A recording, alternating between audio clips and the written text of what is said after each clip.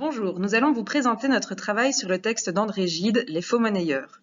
Nous avons analysé le début du chapitre 2 de cet ouvrage et notre problématique est la suivante. En quoi le texte d'André Gide, extrait des faux monnayeurs, relève-t-il de la littérarité? Avant de passer à l'analyse en tant que telle, nous allons voir en quoi notre texte des faux monnayeurs de Gide correspond bien à la définition de ce qu'est un texte. En effet, nous pouvons considérer que le roman Les faux monnayeurs de Gide, et plus particulièrement le chapitre 2 que nous allons analyser, est considéré comme un texte. Car notre chapitre comprend ce qu'Apotélos appelle des dispositifs de cohésion.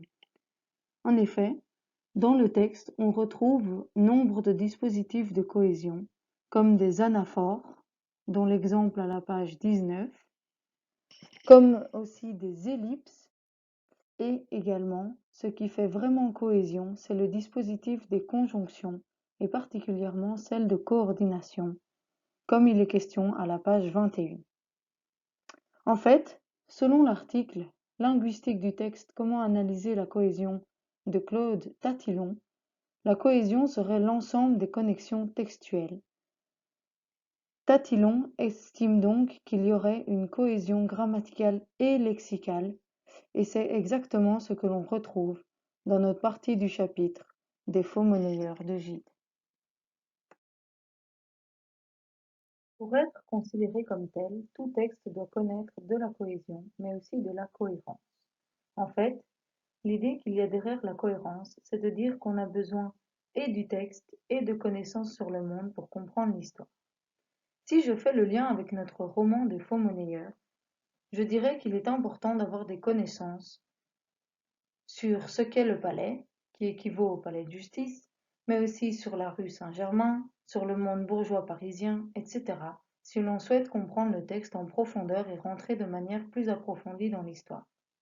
En effet, pour aller en profondeur dans la compréhension du texte, il faudrait une connaissance culturelle du monde bourgeois de ces jeunes de bonne famille qui mettent en place des magouilles pour éviter la prison, et donc ainsi pouvoir conceptualiser la hiérarchie des classes à cette époque, ce qu'était Paris, mais aussi la justice dans son ensemble, même s'il est tout à fait faisable de comprendre le texte en globalité sans avoir ces connaissances au préalable. Les deux notions ensemble, celles de cohérence et de cohésion, sont ce qu'appellent Hallyday et Hassan et qu'ils définissent comme texture. Selon eux, il faut prendre le texte pour lui-même et tout est dans le texte. C'est ce qu'ils appellent la cohésion. Mais il faut aussi prendre le texte dans son contexte, c'est-à-dire dans son ensemble extérieur, qui amènerait ainsi une compréhension plus en profondeur. Et c'est ce qu'ils appellent, eux, la cohérence. Dans ce même article mentionné plus haut, Tatillon définit la texture comme ayant trois niveaux. D'une part, le niveau supraphrastique, qui serait donc la macrostructure du texte. Deuxièmement, le niveau intraphrastique. Et troisièmement, le niveau interphrastique. Et selon Tatillon, seul le niveau interphrastique compose la cohésion. La troisième notion qui fait des faux monnayeurs un texte, c'est celle de la matérialité. En effet, on retrouve dans notre extrait une intention de signification de la part de l'auteur Gide, qui se montre comme un acteur textuel, car celui-ci pose une histoire, met en scène des personnages et une intrigue, celle des faux monnayeurs reprise dans le titre. En plus, il y a une véritable intention de Gide de faire lien avec le lecteur, de lui provoquer des émotions, de le brouiller dans sa réflexion et sur le sujet du récit, mais aussi de l'instruire sur la société parisienne du XXe siècle. La quatrième et dernière notion que l'on retrouve dans notre texte, c'est la notion qu'un texte, pour être défini comme tel, doit être un tout unifié et borné, délimité. De fait, tout texte est délimité par des frontières qui s'exercent à différents niveaux. À l'écrit, on clôt souvent un livre par sa couverture, mais on peut aussi le subdiviser en chapitres, paragraphes, comme c'est le cas ici. En effet, notre extrait est un chapitre du roman qui se subdivise lui-même en paragraphes marqués par des alinéas et des passages à la ligne. Dans tout texte écrit et clos, on retrouve des éléments qui accompagnent le texte et orientent la lecture, C'est ce que Genette appelle d'ailleurs le paratexte, lui-même subdivisé en épitexte et péritexte. Pour toutes ces raisons citées plus haut, à savoir qu'est-ce qu'un texte dans sa cohésion et sa cohérence, à savoir le texte comme matérialité et le texte aussi comme un élément clos et délimité, c'est pour toutes ces raisons que l'on peut considérer les faux monnayeurs de gîtes comme un texte dont on va analyser maintenant la littérarité. Dans le chapitre 2, nous avons analysé les phénomènes de distance communicative et de l'immédiat communicatif. On constate qu'il y a plusieurs marques de distance communicative, même dans les parties de discours direct, ce qui indique que nous sommes dans un texte préconstruit au registre élevé. Les phrases sont élaborées, les règles d'accord sont respectées, il n'y a pas d'anacolute ni de redoublement. Les phrases incomplètes sont évitées et on constate une absence de mots passe-partout, comme les mots truc ou machin. Le vocabulaire est soutenu et le discours est cohérent, non fragmenté et bien structuré. Il y a une progression continue de l'information, des alternances de tours de parole marquées et une continuité logique qui permet de suivre l'histoire sans faire d'aller-retour. Même dans le discours direct, on peut relever des marques de structuration qui parcourent le texte. Ce sont des marqueurs explicites exprimant une structuration hiérarchique explicite elle aussi, comme par exemple « après tout, tandis que, quant à l'affaire ». Cependant, la seconde partie du texte est parcourue de marqueurs de langue de l'immédiat. Le discours direct en est une première preuve, et c'est d'ailleurs là que se trouvent principalement les marqueurs de la langue de l'immédiat. Dans les paroles de Molinier, les traces de reformulation abondent. Elles sont parfois prospectives, les points de suspension marquent l'hésitation, les pauses et parfois rétrospectives, comme lorsque Molinier précise à Profitant-Dieu qu'il pense que l'enquête l'entraînera plus loin que ce qu'il imagine. Mais faites attention que, pour peu que vous poussiez un peu trop avant cette enquête, l'affaire vous échappera, point de suspension. Je veux dire qu'elle risque de vous entraîner. On a affaire à un discours qui se construit au fil des lignes que l'on lit.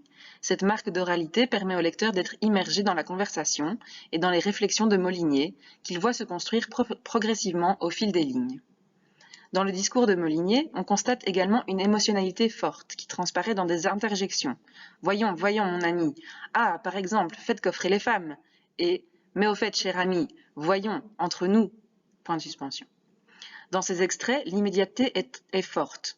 On suit la réflexion de Molinier à l'instant même où elle se formule dans son esprit. Les points d'exclamation rajoutent également à l'émotionnalité du texte. Un autre exemple d'interjection se retrouve dans une partie du texte qui n'est pas du discours rapporté, mais qui fait voir la réflexion de Profitant-Dieu après le commentaire de Molinier sur ses enfants. Dieu merci, ses enfants n'avaient pas de mauvais instincts. Suite à cette analyse, nous pouvons conclure que l'extrait de texte que nous avons choisi alterne des marques d'immédiat communicatif et de distance communicative. Les marques d'immédiat communicatif se trouvent principalement dans le discours des personnages. Selon nous, cela permet de rendre le texte plus vivant et d'être plongé dans l'histoire en suivant les réflexions des personnages au fur et à mesure qu'ils les élaborent dans leurs pensées et les formulent immédiatement. Néanmoins, comme dit plus haut, le texte présente aussi des marques de distance communicative dans les paragraphes ne concernant pas du discours rapporté, ce qui semble être logique dans la logique d'un texte narratif de roman. Nous sommes face à un texte narratif, ce qui est cohérent avec l'idée d'un texte littéraire, certes, mais parfois nous avons l'impression que le texte est surtout informatif et explicatif. Voyons un exemple de la chaîne de référence, celle que nous avons choisie et celle des enfants. Les maillons sont au nombre de 17, le coefficient de stabilité est le suivant, 17 sur 13, résultat 1,3. En effet, sur les 17 maillons, 13 d'entre eux sont différents. Dès lors, on est face à quelque chose de très dense, on a beaucoup d'informations, d'autant plus que les maillons sont relativement proches dans ces phrases-là, même si un peu moins pour le dernier paragraphe. Dans le premier paragraphe, nous retrouvons précisément 5 maillons. La chaîne de référence commence à la 4e phrase avec 15 inculpés et se situe juste après le thème de la justice. Grâce à ce maillon, nous comprenons le sujet, le cas qui occupe les deux personnages, en cohérence avec le premier élément de la chaîne et le thème amené précédemment. En effet, on nous amène un thème et linéairement, on continue sur celui-ci. Et on va plus avant dans les enjeux.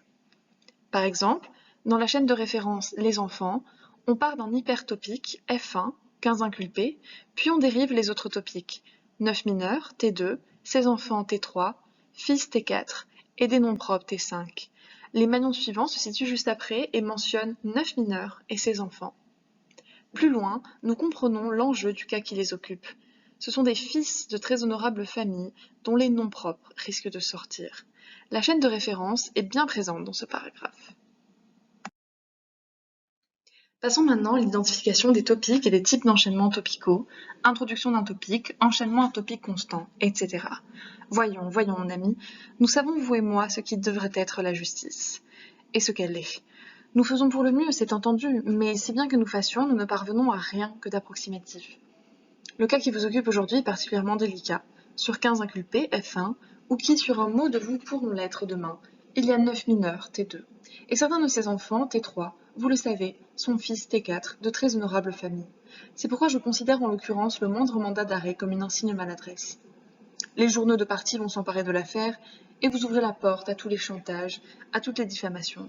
Vous aurez beau faire, malgré toute votre prudence, vous n'empêcherez pas que des noms propres, T5, soient prononcés. Dans le cas de ces maillons, nous sommes face à un enchaînement à thème dérivé. En effet, on part d'un hypertopique, F1, 15 inculpés, puis on dérive les autres topiques, 9 mineurs, T2, ses enfants, T3, fils, T4, et noms propres, T5.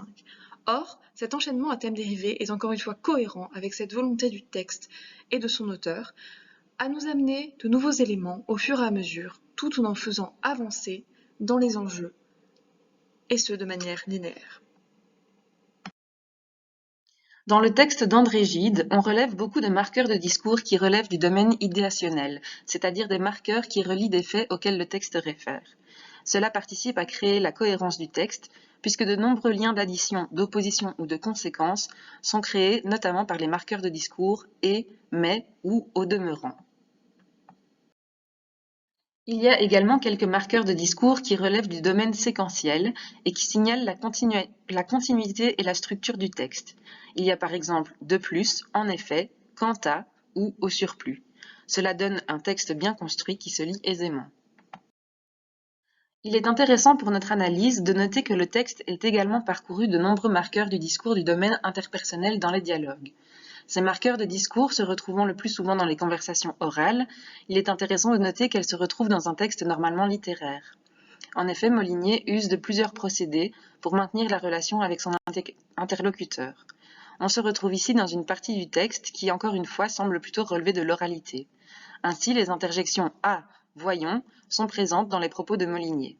Nous pouvons également relever « nous faisons pour le mieux, c'est entendu » ou « vous le savez » ou encore « voyez-vous ». Dans la première phrase de notre texte, on remarque une ponctuation noire qui relève d'une sous-segmentation, d'un regroupement manifeste. Exemple, Monsieur Profitandieu était pressé de rentrer et trouvait que son collègue Molinier, qui l'accompagnait le long du boulevard Saint-Germain, marchait bien lentement.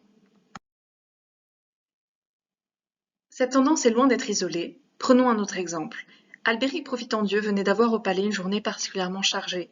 Il s'inquiétait de sentir une certaine pesanteur au côté droit. La fatigue, chez lui, portait sur le foie, qu'il avait un peu délicat. Dans cette phrase, on peut observer un double point introduisant un développement explicatif, un point-virgule introduisant une nouvelle proposition, ainsi que 3 virgules, le tout pour seulement une phrase. Comme nous sommes dans le domaine du roman, nous estimons que c'est avant tout un parti pris de la part de l'auteur du texte. En effet, on aurait pu retrouver un texte avec une alternance entre congruence, sur- et sous-segmentation. Cela produit généralement un sentiment à la fois d'équilibre, mais aussi de diversité, avec l'idée d'une sorte d'alternance rythmique, pour ne pas lasser le lecteur, et surtout, dans l'idée d'obtenir plus de clarté. L'adoption systématique d'une sous-segmentation démontre probablement la volonté de l'auteur de manifester sa grande maîtrise du français, puisqu'il produit des phrases syntaxiquement complexes, alors qu'elles risquent de produire un effet de lourdeur, ce que l'on ne veut pas, généralement, puisque l'on est dans le cadre d'un texte littéraire. Aussi vise-t-on une certaine dimension esthétique. Mais on note aussi des passages significatifs dans lesquels on n'observe pas de sous-segmentation, ou du moins un peu moins. C'est lorsqu'il s'agit de paroles rapportées. Aussi, ces phrases plus simples en matière de ponctuation, moins de virgules, de points-virgules et donc de propositions, correspondent à des passages supposés reconstituer la dimension orale d'un dialogue. À défaut de tous ces virgules et points-virgules, nous observons donc des points de suspension ainsi que des points d'exclamation plus cohérents avec la dimension orale.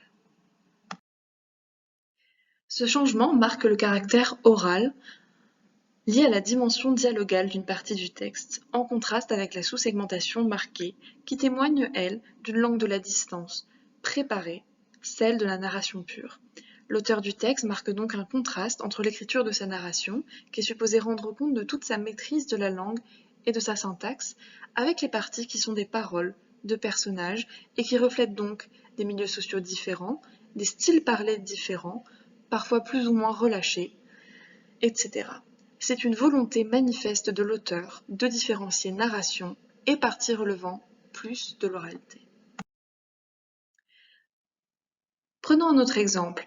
Ah, par exemple, faites coffrer les femmes, ça, je vous l'accorde volontiers. Ici, le fait de ne pas mettre de majuscule après le point d'exclamation, ponctuation grise, est intéressant. En effet, le point d'exclamation marque seulement une interjection qui s'intègre dans la phrase et non une segmentation en unité autonome en tant que ponctuation forte. La dimension orale se manifeste donc notamment par le non-respect des conventions orthographiques. Prenons encore un autre exemple. Ces enfants d'aujourd'hui, voyez-vous, ces enfants n'ont plus d'idéal. À propos, comment vont les vôtres? Ici, les points de suspension ne marquent pas une hésitation, mais le fait qu'une idée en amène une autre, dans une certaine spontanéité inhérente à la conversation orale. En outre, dans cette narration très sous-segmentée, dans le premier paragraphe, on peut voir une sorte de coup d'arrêt avec la dernière phrase. Après tout, ce n'était peut-être là qu'un préjugé, mais les préjugés sont les pilotis de la civilisation. Renforcé par la ponctuation blanche, blanc linéaire, ce coup d'arrêt marque ici une étape de progression dans le texte, un changement d'unité textuelle. Or, cette idée d'étape et de progression est essentielle pour un texte d'une telle nature. En effet, notre texte a la particularité de s'inscrire dans une macrostructure. Il constitue, en partie, son incipit. Regardons maintenant la clôture du premier paragraphe et la transition avec le deuxième. Après tout, ce n'était peut-être là qu'un préjugé, mais les préjugés sont les pilotis de la civilisation. Oscar Molinier pressait le pas tant qu'il pouvait, et faisait effort pour suivre profitant Dieu. La segmentation entre ce nouveau paragraphe et ce qu'elle a délimité comme un paragraphe antérieur est ici pertinente et significative en ce qu'elle signale un changement de référent dans le cadre de cet incipit. Dans le premier paragraphe, le référent principal était Bernard Profitant-Dieu, dont l'expression référentielle est d'ailleurs largement déclinée. Dans ce second paragraphe, le personnage sur lequel on se focalise d'abord est Oscar Molinier. Celui-ci n'est pas le seul référent principal de ce paragraphe, mais la découpe indique bel et bien un changement ponctuel, mais net, de référent, et surtout la véritable introduction d'Oscar Molinier. On progresse donc de manière logique et linéaire d'un référent à un autre, et d'un topic à un autre. Or, le fait que Molinier ne soit précisément pas le référent dominant dans ce paragraphe, contrairement à ce qu'était Bernard Profitant-Dieu dans le premier, illustre l'idée d'une structure boléro, où chaque paragraphe introduirait une nouvelle information que le lecteur serait amené à mettre en lien avec les précédentes afin d'arriver à un tout cohérent et exhaustif à la fin du texte. Dans un texte, on retrouve généralement différents types de séquences qui répondent à la macro-planification du texte.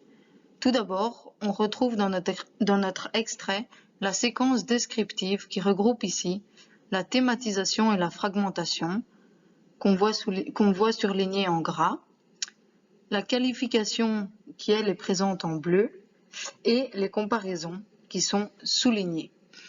Ensuite, après la séquence descriptive, on a une séquence narrative qui commence et qui est l'exposé d'une succession de faits, soit sous sa forme minimale, soit sous sa forme maximale. Ici, dans le texte de Gide, si nous analysons phrase après phrase, nous nous retrouvons surtout dans une séquence narrative minimale. De fait, la situation initiale se met en place pendant une bonne partie du chapitre, où l'on nous présente les différents personnages qui rentrent chez eux, mais l'action n'avance pas beaucoup. Cependant, les choses vont changer avec la présence du discours direct qui marque le nœud de l'intrigue et qui donne son nom au livre. Cette poursuite en justice de jeunes enfants mineurs de haute famille qui sont coupables d'un scandale dont on ne sait pas encore grand-chose. Une deuxième intrigue voit le jour dans le discours direct suivant, quand on apprend que Bernard quitte définitivement le domicile familial. Ces deux intrigues sont exposées dans les extraits illustrés sur cette slide. À ce discours direct s'ensuit une séquence dialogale. En effet, le texte choisi est largement parcouru par une séquence dialogale entre Molinier et Profitendieu. Cette séquence s'étend de « Faites surveiller la maison » à « De tels égarements ne sont pas à craindre ». Les échanges sont liés entre eux par le thème de la justice. Au sein de ce dialogue, Profitendieu ne prend la parole qu'une seule fois pour prononcer une phrase courte. Le reste du dialogue est une séquence monologale qui donne lieu à une séquence argumentative que j'expliciterai dans la slide suivante. La séquence argumentative, quant à elle, présente un raisonnement dans le but de faire accepter une conclusion.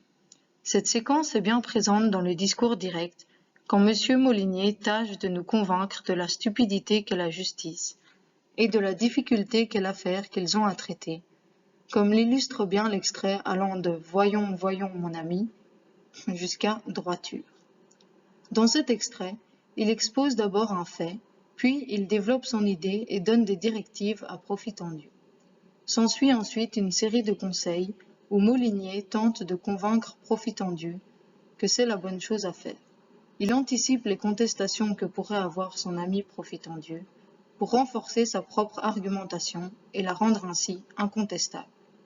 C'est ce qu'illustre bien la phrase « Oui, je sais qu'ils sont de prises difficiles, mais que diable, c'est notre métier ».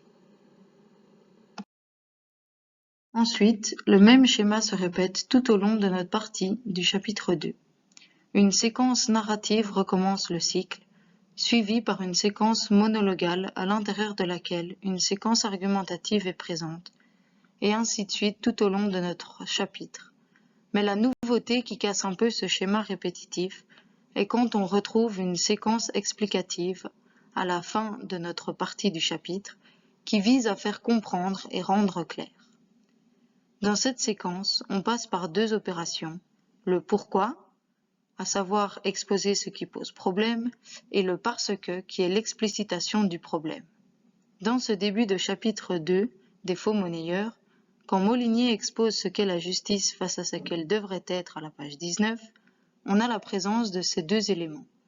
Tout au début du discours direct, Molinier expose le problème, à savoir que la justice n'est qu'une fraude. Nous sommes donc dans le pourquoi. Ensuite, il justifie son argumentation par une situation concrète, celle qui sera toute l'intrigue du roman par la suite, et qui vise le parce que, c'est-à-dire une explicitation du problème. Au niveau du type de texte, nous avons fait une distinction entre la prédominance qualitative et quantitative des différents types de séquences.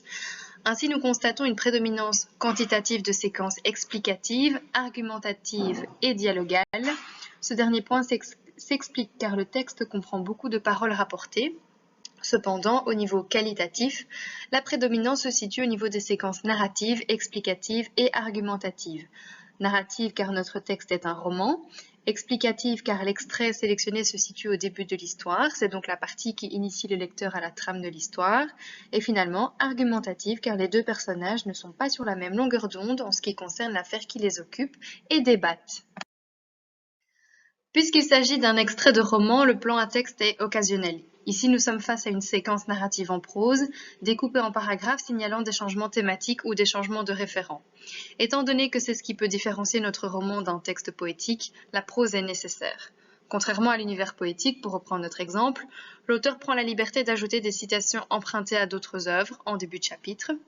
Le fait de procéder ainsi à des renvois intertextuels renvoie au domaine littéraire et y inscrit clairement notre texte. Selon la méthode Bieber, le lectorat n'est pas qualifiable et est invisible. Les participants n'ont pas d'interaction ou de relation personnelle, la chaîne est écrite et le lieu de production est inconnu. Le but est de transmettre des informations. Dans notre extrait, on constate des phrases extrêmement complexes au niveau syntaxique.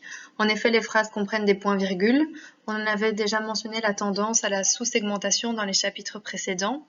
Selon nous, il n'y a pas de justification à cette complexité, hormis le style de l'auteur et la volonté d'afficher une maîtrise du français normé et de sa syntaxe.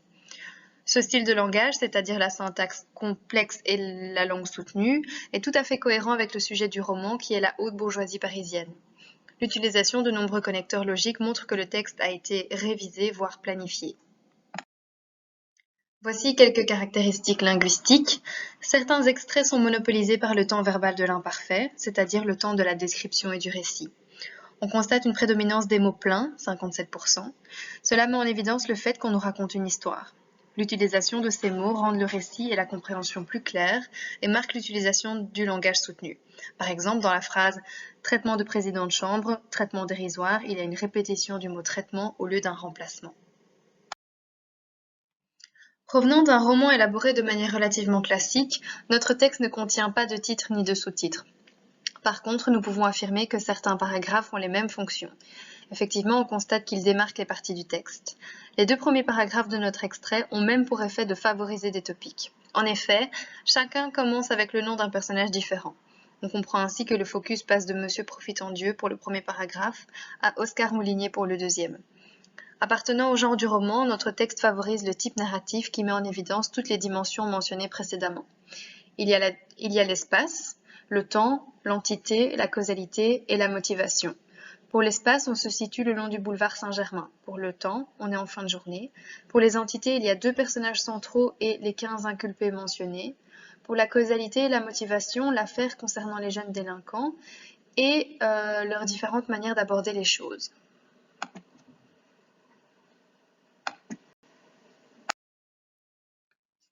Malgré ces nombreux éléments, le texte est relativement compréhensible puisque les chevauchements entre les 5 dimensions sont cohérents entre eux.